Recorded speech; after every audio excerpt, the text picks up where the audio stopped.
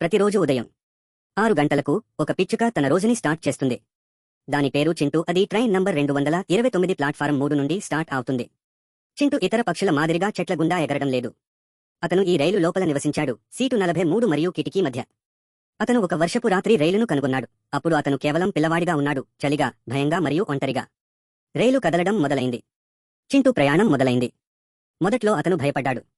కానీ నెమ్మదిగా రైలు అతని ఇల్లు అయింది. ప్రయాణికులు అతన్ని చాలా ఇష్టపడ్డారు. పిల్లలు అతనికి బిస్కెట్ ముక్కలు ఇచ్చారు. కొందరు అతన్ని టికెట్ లేని చింటూ అని కూడా పిలిచారు. కుటుంబాలు తిరిగి కలవడం, ప్రేమికులు కలుసుకోవడం, ప్రజలు వీడ్కోలు పలకడం అతను చూశాడు.